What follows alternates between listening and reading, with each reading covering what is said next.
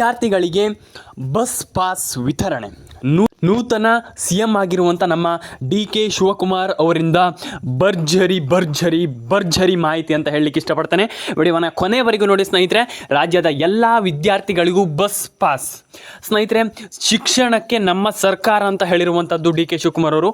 CM DK Shivakumar ಅವರು ಏನು ಹೇಳಿದ್ದಾರೆ ಅಂತಂದರೆ, ನಾವು ಶಿಕ್ಷಣಕ್ಕೋಸ್ಕರನೇ ಇರುವಂಥದ್ದು, ನಾವು ಖಂಡಿತವಾಗ್ಲೂ ಈ ಒಂದು ಸ್ಕೀಮನ್ನು ತಂದೇ ತರ್ತೀವಿ. ಸ್ಕೀಮ್ ಅನ್ನೋದಕ್ಕಿಂತ ಇದೊಂದು ಹೆಲ್ಪ್ ಅಂತ ಹೇಳಲಿಕ್ಕೆ ಇಷ್ಟಪಡ್ತೇನೆ ನಾನು. ಯಾಕಂತಂದರೆ ಈಗ ಎಲ್ಲರೂ ನೀವು ನೋಡ್ತಾ ಇದ್ದೀರಾ, ಈಗಿನ ಪರಿಸ್ಥಿತಿಯಲ್ಲಿ ಎಲ್ಲರೂ ಕೂಡ ನೋಡ್ತಾ ಇದ್ದೀರಾ, ಬಸ್ ಪಾಸ್ ಕೊಟ್ಟರೆ ಎಷ್ಟು ಇಂಪಾರ್ಟೆಂಟ್ ಆಗುತ್ತೆ. ಮತ್ತು ಇಂಪಾರ್ಟೆಂಟ್ ಅನ್ನೋದಕ್ಕಿಂತ ನಿಮ್ಮೊಂದು ಬಸ್ ಪಾಸ್ ಮಾಡಿದರೆ ಎಷ್ಟು ಜನ ಮಕ್ಕಳಿಗೆ ಹೆಲ್ಪ್ ಆಗಬಹುದು ಅಲ್ವಾ? ಈಗ ಎಷ್ಟು ಜನ ಮಕ್ಕಳಿಗೆ ಹೆಲ್ಪ್ ಆಗ್ಬೋದು ನೀವು ಯೋಚನೆ ಮಾಡಿ. ಸಾಧ್ಯನೇ ಇಲ್ಲ. ನಾನು ಗ್ರೇಟ್ ಅಂತ ಹೇಳಲಿಕ್ಕೆ ಇಷ್ಟಪಡ್ತೇನೆ DK ಶಿವಕುಮಾರ್ ಅವರೇ.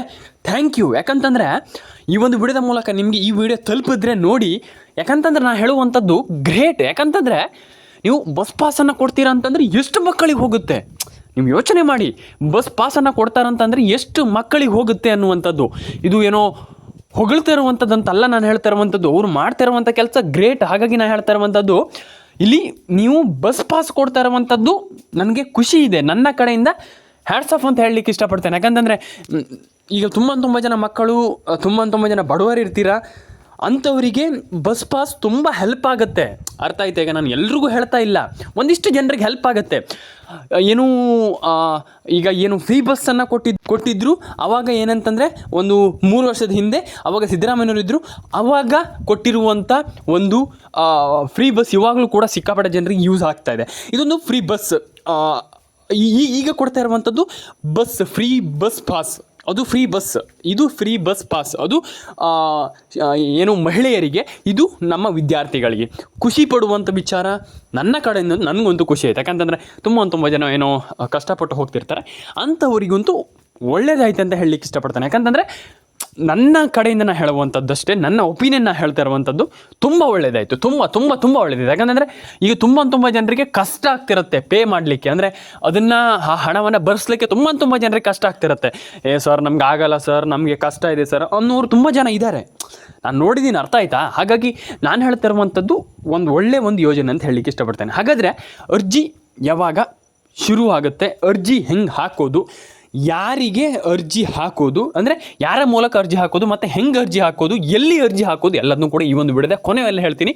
ಕೊನೆಯವರೆಗೂ ನೋಡಿ, ಸ್ಕಿಪ್ ಮಾಡಬೇಡಿ ವಿಡಿಯೋವನ್ನು. ಈಗಲೇ ಹೇಳ್ತಾ ಇದ್ದೀನಿ. ಸಿಂಪಲ್, ಏನಿಲ್ಲ, ಅದಕ್ಕೊಂದು ಪೋರ್ಟಲ್ ಬಿಡ್ತಾರೆ. ಪೋರ್ಟಲ್ ಅಂತಂದರೆ ಒಂದು ವೆಬ್ಸೈಟನ್ನು ಬಿಡ್ತಾರೆ. ಅಲ್ಲಿ ಹೋಗಿಬಿಟ್ಟು ಅಪ್ಲೈ ಮಾಡಿದ್ರೆ ಮುಗೀತಷ್ಟೇ. ನಾನು ನಿಮಗೆ ಪೋರ್ಟಲ್ ಬಂದಾಗ ನಾನು ನಿಮಗೆ ವಿಡಿಯೋ ಮಾಡ್ತೀನಿ. ಆದರೆ ಇಲ್ಲಿ ಈಗ ಏನಕ್ಕೆ ವಿಡಿಯೋ ಮಾಡಿದ್ದೀನಿ ಅಂತಂದರೆ, ಈ ಒಂದು ಯೋಜನೆಯನ್ನು ನೀವು ಅಪ್ಲೈ ಮಾಡಬೇಕಂತಂದರೆ ಏನೇನು ರೆಡಿ ಇಟ್ಕೊಳ್ಬೇಕು, ಏನೇನು ಕರೆಕ್ಟ್ ಇರಬೇಕು, ಎಲ್ಲದನ್ನು ಕೂಡ ಹೇಳ್ತೀನಿ. ಕೊನೆವರೆಗೂ ನೋಡಿ. Karnataka free bus passes scheme for student ಅಂದರೆ ಈ ಒಂದು ಯೋಜನೆ ಏನಿದೆ, ಇದು ಓನ್ಲಿ ನಮ್ಮ ವಿದ್ಯಾರ್ಥಿಗಳಿಗೆ ಮಾತ್ರ ಅಲ್ವಾ? ಹಾಗಾಗಿ ನೀವು ಎಲ್ಲ ಡಾಕ್ಯುಮೆಂಟ್ಸ್ಗಳನ್ನು ಸರಿಯಾಗಿ ಇಟ್ಕೊಂಡಿರಬೇಕು.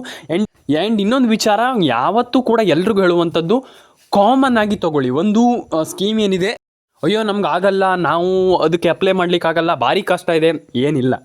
ಅರ್ಥ ಆಯ್ತಾ?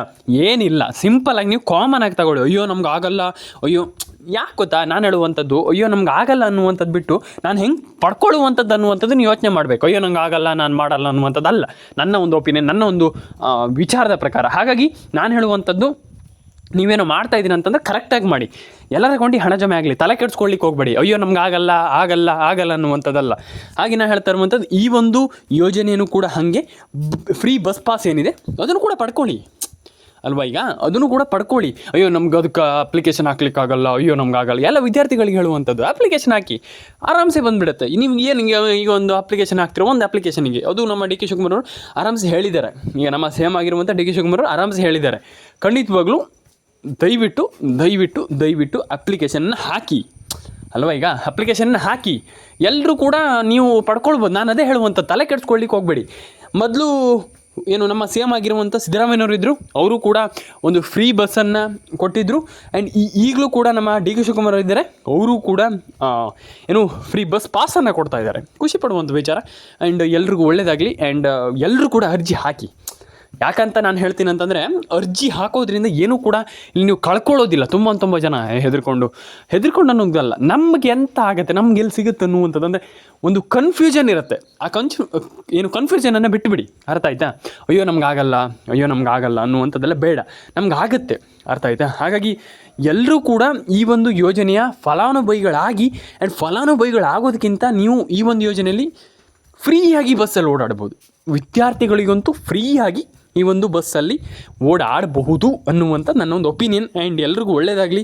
ಆ್ಯಂಡ್ ಎಲ್ಲರೂ ಕೂಡ ಇದರ ಒಂದು ಏನಂತಾರೆ, ಅದರ ಒಂದು ಒಳ್ಳೆಯ ಒಂದು ವಿಚಾರವನ್ನು ಪಡ್ಕೊಳ್ಳಿ. ಆ್ಯಂಡ್ ಎಲ್ರಿಗೂ ಒಳ್ಳೆಯದಾಗಲಿ ಅಂತ ಹೇಳಲಿಕ್ಕೆ ಇಷ್ಟಪಡ್ತೇನೆ. ಕಮೆಂಟ್ ಬಾಕ್ಸಲ್ಲಿ ಬಂದರೆ ಕಮೆಂಟ್ ಮಾಡಿ, ಲೈಕ್ ಮಾಡಿ, ಶೇರ್ ಮಾಡಿ, ಸಬ್ಸ್ಕ್ರೈಬನ್ನು ಮಾಡ್ಕೊಳ್ಳಿ. ಆ್ಯಂಡ್ ನಿಮ್ಮೆಲ್ಲರ ಅಕೌಂಟಿಗೆ ಹಣ ಜಮೆ ಅಂತಂದರೆ ಈ ಒಂದು ಫ್ರೀ ಬಸ್ ಸಿಗಲಿ ಅಂತ ನಾನು ಹೇಳಲಿಕ್ಕೆ ಇಷ್ಟಪಡ್ತೇನೆ. ಯಾಕಂದರೆ ತುಂಬ ಜನ ಕೇಳ್ತಾ ಇದ್ದೀರಾ, ಸರ್ ನಮಗೆ ಇದು ಸಿಕ್ಕರೆ ತುಂಬ ಖುಷಿ ಆಗುತ್ತೆ. ಓಕೆ, ಎಲ್ರಿಗೂ ಅರ್ಜಿ ಈಸಿ ಏನಂತಂದರೆ, ನೀವು ಅದೇ ಆವಾಗಲೇ ಹೇಳಿದೆ, ಡಾಕ್ಯುಮೆಂಟ್ಸ್ ಕ್ಲಿಯರ್ ಆಗಿರಬೇಕಷ್ಟೇ. ಸಿಂಪಲಾಗಿ ನೀವೆಲ್ಲರೂ ಕೂಡ ಅರ್ಜಿಯನ್ನು ಹಾಕ್ಬೋದು. ಎಂದೆರಡು ವಿಚಾರ ಅಲ್ಲ, ಅಂದರೆ ಏನು ಹಿಂಗಾಗಬೇಕು ಏನಿಲ್ಲ, ಅಂದರೆ ಜಾಸ್ತಿ ರಿಸ್ಟ್ರಿಕ್ಷನ್ ಅನ್ನುವಂಥದ್ದು ಏನಿಲ್ಲ. ಸಿಂಪಲಾಗಿ ನೀವು ಅಪ್ಲಿಕೇಶನನ್ನು ಹಾಕ್ಬೋದು ಅನ್ನೋ ದೊಡ್ಡ ವಿಚಾರ ಅಲ್ಲ. ಆರಾಮ್ಸೆ ಡಾಕ್ಯುಮೆಂಟ್ಸ್ ಎಲ್ಲ ಕ್ಲಿಯರ್ ಆಗಿರಬೇಕು. ಡೆಫಿನೆಟ್ಲಿ ಒಂದೊಳ್ಳೆ ಯೋಜನೆಗೆ ನೀವು ಫಲಾನುಭವಿಗಳು ಆಗ್ತೀರ ಅನ್ನುವಂಥ ನನ್ನೊಂದು ಒಪಿನಿಯನ್. ಎಲ್ಲರಿಗೂ ಒಳ್ಳೆಯದಾಗಿ ಲೈಕ್ ಮಾಡಿ, ಶೇರ್ ಮಾಡಿ, ಕಮೆಂಟ್ ಮಾಡ್ಕೊಳ್ಳಿ, ಸಬ್ಸ್ಕ್ರೈಬ್ ಮಾಡ್ಕೊಳ್ಳಿ. ಸಿಗೋಣ ಮುಂದಿನ ವಿಡಿಯೋದಲ್ಲಿ. ದಯವಿಟ್ಟು subscribe, like and share and ಕಮೆಂಟನ್ನು ಮಾಡ್ಕೊಳ್ಳಿ. ಸಿಗೋಣ ಮುಂದಿನ ವಿಡಿಯೋದಲ್ಲಿ.